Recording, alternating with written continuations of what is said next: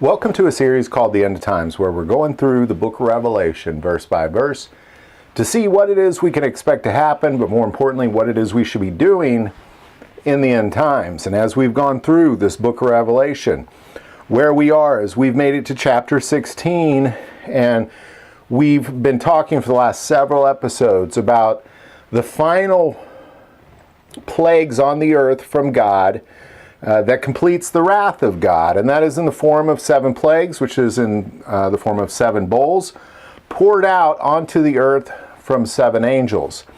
And we've just finished up the 6th bowl, so we're hitting that 7th bowl now. And as we talk about the 7th bowl of the plagues from the wrath of God, it's an important moment in time as far as the timeline goes, and that's kind of where we're going to be focused today. So we're going to pick it up where we left off in Revelation 16, starting in verse 17. Then the angel poured out his bowl into the air, and a loud voice came out of the temple of heaven from the throne, saying, "It is done."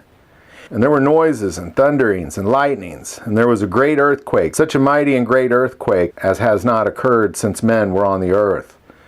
Now the great city was divided into 3 parts, and the cities of the nations fell. And great Babylon was remembered before God, to give her the cup of the wine of the fierceness of his wrath. Then every island fled away, and the mountains were not found. And great hail from heaven fell upon men, every hailstone about the weight of a talent. And men blasphemed God because of the plague of the hail, since the plague was exceedingly great. There's quite a bit going on as the angel poured out this bowl of plague. And so we're going to dedicate a couple episodes to it, but I'm going to point out a couple things in this episode in the first 2 verses 17 and 18, that's very relevant before we get into exactly what's going on here. So I want to remind you, we'll just read verse 17 again real quick. Then the 7th angel poured out his bowl into the air, and a loud voice came out of the temple of heaven from the throne, saying, "It is done." Now, quick reminder that as we've gone through the 7 bowls of the wrath of God, the first bowl was poured out onto the earth. The second bowl was poured out onto the sea. The third bowl was poured out into the rivers and the springs. The 4th bowl was poured out onto the sun. The 5th bowl was poured out to the throne of the beast. The 6th bowl was poured out into the river Euphrates. And now the 7th bowl is being poured out into the air. So really, these plagues have covered all aspects of the earth and all aspects of humanity. Regardless of what the plagues did, just where the actual location these bowls were poured out really kind of covered everything. But something I want to point out where it says from the throne saying that he heard a loud voice came out of the temple of heaven from the throne saying, "It is done." Now, that phrase, "it is done," is from a Greek word, gegonon, which means it's caused to be. Now, if we compare that to like when Jesus died and he said, "It is complete" in John 19:30, that word is testalestai, which is "it is finished," or I fulfilled, or I paid a discharge, or I completed something. Whereas in this word, gegonon, means I caused it to be. So ultimately what's happening is as this final plague is being poured out, we're hearing a voice from the throne, from the temple of heaven, which would be God, saying, "I caused it to be." That is very significant because as we looked at the coming of the kingdom and we looked at all these events in Revelation, many of which have been caused by mankind or the evil hearts of men or Satan or his demons, it's very clear that as these travesties take place, at the very end of it, God is saying, "I caused this to be. I caused it. These things that you're experiencing, I caused it to be." I think that's a much better way of describing it than "it is done." It is done essentially means all things are finished, and that's not what's taking place here. There's still quite a bit to go on. But he's saying, "I caused it to be." And then it says, there were noises and thunderings and lightnings, and there was a great earthquake, such a mighty and great earthquake as had not occurred since men were on the earth. Now, I want to take a moment and talk about this verse 18. where he says there's noises and thunderings and lightning, and there was a great earthquake.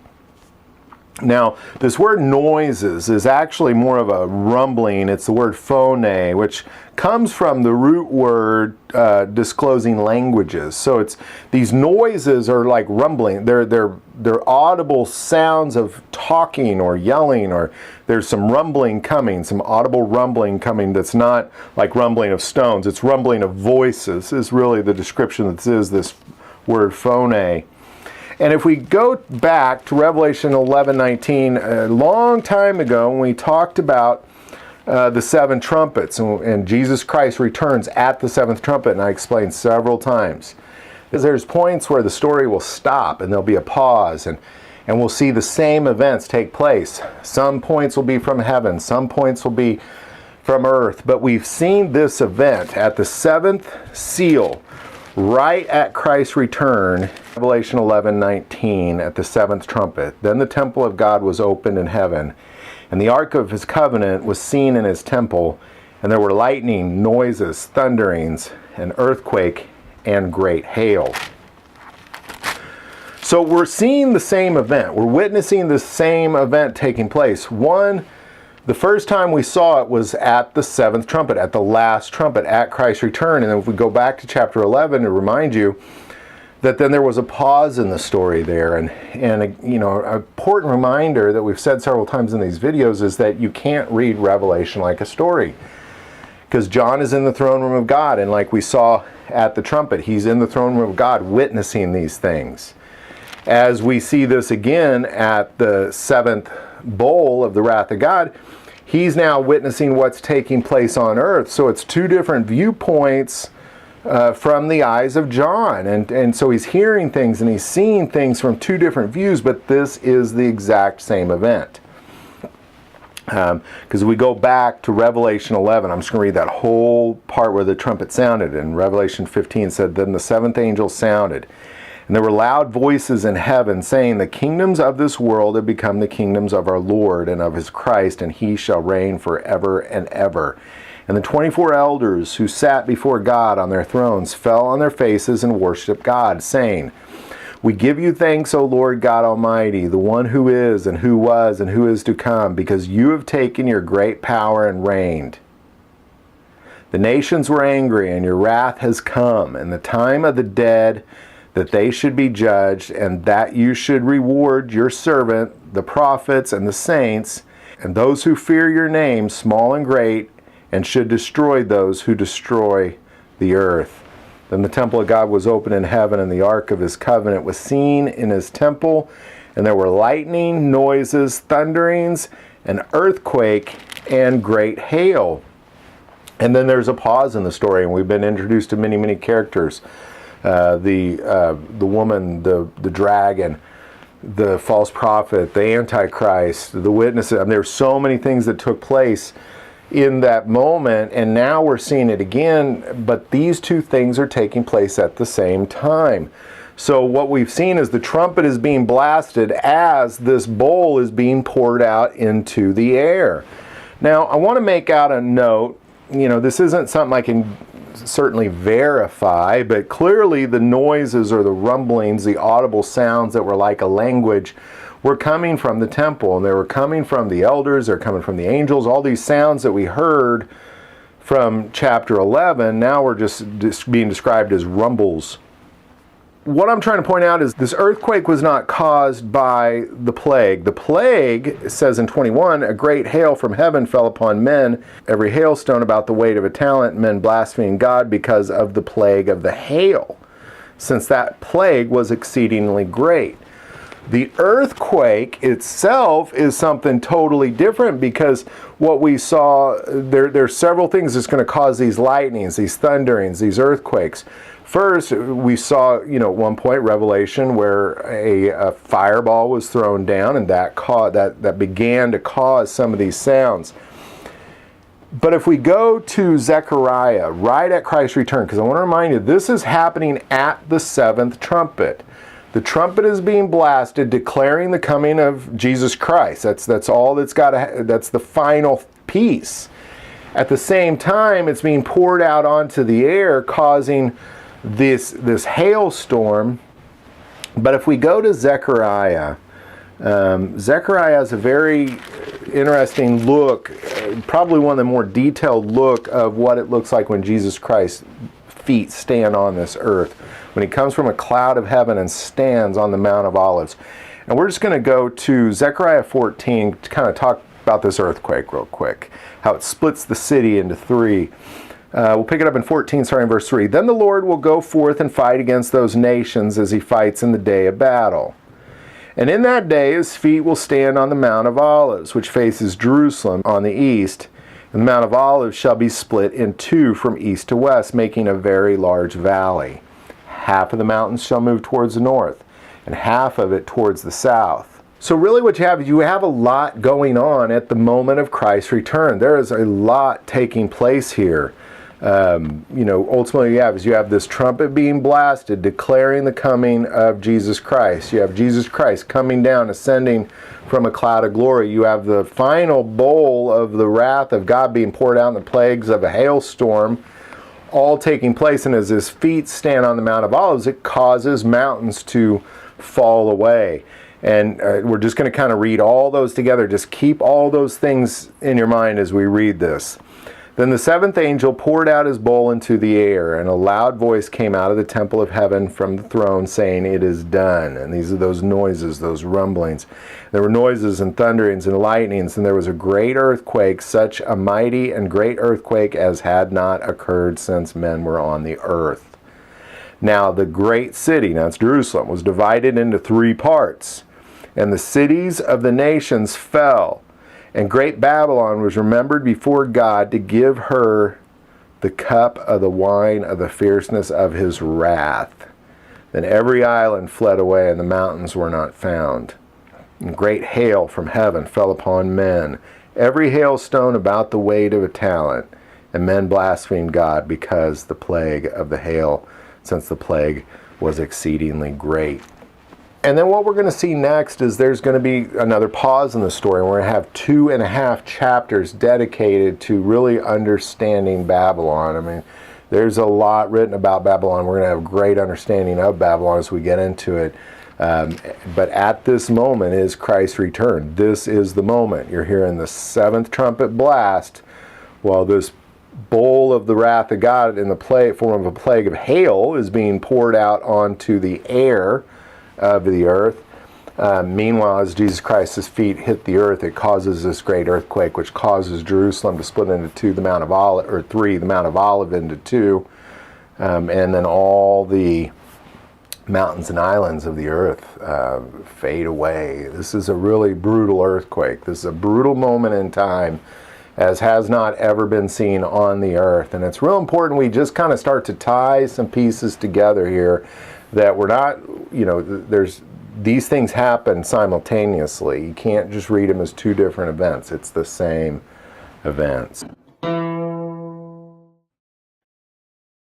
Welcome to a series called The End of Times, where we're going through the book of Revelation verse by verse to see what it is we can expect to happen and what it is we should be doing in the end times. And as we've gone through this book, where we are is we have made it to Revelation 16. We're at the end of 16, where the final wrath of God is being poured out in the form of 7 plagues on the earth, in the form of 7 bowls, poured out from 7 angels, and we're on that 7th bowl. And as we've talked about that 7th bowl, what has taken place is there's thunderings and lightnings and an earthquake. And we're going to specifically address the earthquake, specifically the great city that is broken into thirds here in a moment. So we're just going to pick it up right there where we left off. Revelation 16, starting verse 17. Then the 7th angel poured out his bowl into the air, and a loud voice came out of the temple of heaven from the throne, saying, "It is done." And there were noises and thunderings and lightnings, and there was a great earthquake. Such a mighty and great earthquake as had not occurred since men were on the earth. Now the great city was divided into 3 parts, and the cities of the nations fell. And great Babylon was remembered before God to give her the cup of the wine of the fierceness of his wrath. Then every island fled away, and the mountains were not found. And great hail from heaven fell upon men, every hailstone about the weight of a talent. And men blasphemed God because of the plague of that hail, since that plague was exceedingly great. There's a lot going on in these few verses, and we're going to break it down into the pieces, because you can't just read it all together as one thing. There's a lot of events taking place in these few verses. And before we break down those events, I do want to take a moment and just remind you of the timeline, because, you know, as we've gone through Revelation verse by verse, I want to remind you, you can't just read it like a book, like a regular book, like a storyline that you just follow until the end. You read about the same events in multiple places. And where we're at timeline-wise here is we are still before the seventh trumpet. Now, we read about the seventh trumpet in chapter 11. And before we saw what was taking place at that seventh trumpet, which was Christ's return, we saw heavenly hosts having a lot to say about Christ's return, but we didn't see Christ's return. There was a pause in that story, and then we've kind of been in this giant pause until we get to and being introduced to multiple people and characters and demons and angels, and being really a lot of things explained to us. But as far as the timeline goes, the storyline goes, at this seventh bowl, this is right before the seventh trumpet. Now, with that being said, because all these events are taking place prior to Christ's return, with that being said, let's kind of break this down. Let's kind of break this apart into what is actually happening here. And then we're going to talk about the city in thirds. It says, the seventh angel poured out his bowl into the air, and a loud voice came out of the temple of heaven from the throne saying, "It is done." And we talked about that last time. That's actually, I think, a proper interpretation of that word is, "I have caused this." Because that's a definition, that's definitely God saying, this is what I have done. And it's an important piece of Revelation is always to keep separate, which a lot of people struggle with, what God is doing and what man is doing. Because oftentimes we'll do a video on what God has done, and people will say, well, that sounds like a nuclear bomb, or it sounds like war. And it's like, no, that's what God is doing. So this is what God has done. All right, we'll pick it back up in 18th. And there were noises and thunderings and lightnings, and there was a great earthquake, such a mighty and great earthquake as had not occurred since men were on the earth. All right, so this is the greatest earthquake that has ever been on the earth. Now the great city was divided into three parts, and the cities of the nations fell. And great Babylon was remembered before God, to give her the cup of the wine of the fierceness of wrath. All right, let's just talk about that verse for a second, because there's a lot going on in that verse alone. The great city was divided into three parts. Now, so a city, the great city, let's talk about what that city is here in a second, but the great city was divided into three parts. And in addition to that, the cities of the nations fell. And Babylon was remembered before God to give her the fierceness of the wrath of God, the wine of the wrath of God. And we did a video on the wine of the wrath of God. I'm going to put that link below to know exactly what he means when he says the fierceness of the wine of the wrath of God. We did actually, I think, 2 videos on that during this Revelation series, because this has been brought up before. So there's multiple things going on. And then after that, the islands have fled away and the mountains were not found. So there's 4 things taking place here. There's a great city has been split into 3 parts. The cities of the nations have fallen. Babylon is remembered before God. And the mountains and the islands are all destroyed. Now, then after that, it starts to hail. So let's kind of break this down into different pieces, because you can't talk about all these things as one thing. There's a lot going on here. Let's talk about the city being split into thirds first. So it says here, now the great city was divided into 3 parts, and the cities of the nations fell. Period. Now, there's a lot of assumptions that people make on what this great city is, and we're not going to make any assumptions. We're just going to look at what the Bible says, because the Bible is always supported by the Bible. The Bible will always have something supporting it. There's a lot of assumptions that what they're talking about here is Babylon, because then in the following sentence it says, and great Babylon was remembered before God. Now, we're not going to make that assumption for a couple different reasons. Number one, Babylon is destroyed by things other than earthquakes. I mean, the earthquake doesn't help, but there's lots of things that is destroying Babylon. And we're going to spend the next, all of chapter 17, all of chapter 18, and part of chapter 19 just talking about Babylon and its destruction. So I just want to kind of make that note, that just put that pause in there, that this isn't Babylon. Babylon's destroyed in a lot of ways other than an earthquake, and including an earthquake in addition to that. I believe this great city is Jerusalem, specifically because much of Revelation and much of prophecy is written about Israel and Jerusalem, and it's often referred to as the great city, but specifically because there is an earthquake in Jerusalem. Now, let's just say this is a worldwide earthquake. But what is taking place here is they're saying, but Jerusalem was split into 3 parts. Now, there's a couple times where Jerusalem's talked about being split into parts. Number 1 in Zechariah. Let's talk about that first. In Zechariah chapter 14, this is at Christ's return, and we'll start in 4. And in that day his feet will stand on the Mount of Olives, which faces Jerusalem on the east. And the Mount of Olives shall be split in 2 from east to west, making a very large valley. Half of the mountains shall move towards the north, and half of it towards the south. Then you shall flee through my mountain valley, for the mountain valley shall reach to Azel. Yes, you shall flee, as you fled from the earthquake in the days of Uzziah king of Judah. Thus the Lord my God will come, and all the saints with you. Now here he's talking about splitting the Mount of Olives in 2. Now the Mount of Olives is right by Jerusalem. So then there's also a reference to, well, okay, so this is Christ returning, the Zechariah is talking about his feet standing on the Mount of Olives, and the Mount of Olives being split into 2, making a large valley for the inhabitants of Jerusalem to be able to flee through him. Now there's a lot going on in that, first and foremost, and we've done other videos on that too.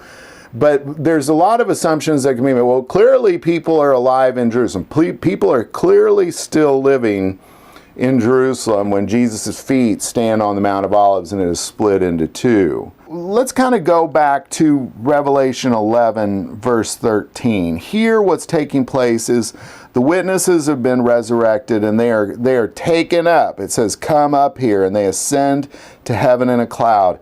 And it says in verse 13, in the same hour there was a great earthquake, and 1/10 of the city fell. So here we've seen this earthquake. So there's something taking place, and we've, again, go back and watch the episodes on Revelation 11, verses 11 through 14. But a lot of what's happening here is you have 2 witnesses. And I've said multiple times, I'm not saying there aren't 2 prophets on the earth.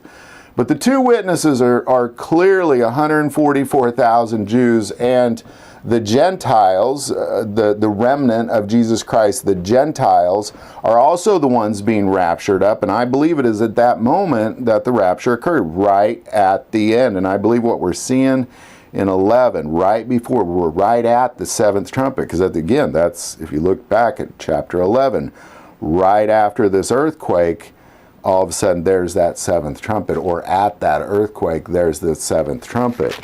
So, I'm going to say that this is Jerusalem that's being split into thirds. It's the great city. Babylon is also being remembered, and that's a very important note, because once we're done with these verses, the wrath of God is complete. There is no more.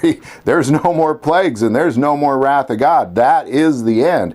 So, it has to be noted that he remembers, he remembers Babylon, and Babylon is remembered before God. And they gave up they gave up a lot, and we'll get into that through chapter 17, 18, and a chunk of 19 is all on Babylon. But it's very important to note that we can't assume that just because there's a sentence about Babylon, because there's also a sentence about the cities, or in addition to the sentence about the Jerusalem being split in a third, in that same sentence, it says, then cities and the nations fell. And then also Babylon was remembered, because this earthquake clearly affects the entire planet. The mountains fall away. The cities of the nations have fallen. It's a worldwide earthquake. It's clearly something big and bad. And at that moment, Israel or Jerusalem cracks into thirds. So again, we'll just kind of go back to that real quick. There's several things going on here. Jerusalem splits into thirds, and the cities of the nations fall. Babylon is remembered before God, and the mountains and the islands are all destroyed in this earthquake. And then the hail comes. This is kind of, again, it is done. This is the end. This is what God has caused. And it clearly says that his wrath is completed in these plagues. So love to hear your thoughts on all that. I apologize if I made that more confusing. I just kind of want to, I think the timeline is very important at this moment as we talk about the seventh bowl being poured out is really at that same moment that seventh trumpet is getting ready to blast. I think that angel is kind of taking in his breath, getting ready to let that seventh trumpet rip as that seventh bowl is kind of being rounded up. So love to hear your thoughts on all that. Put it in the comments below. If you like this video, click like and subscribe. If you feel called to support this channel through Patreon, that link is below. But the most important part of this channel, we take prayer requests. Never hesitate to send that in. Thank you for watching this episode of God, Family, and Guns. And as always, love God, love your family, and love guns.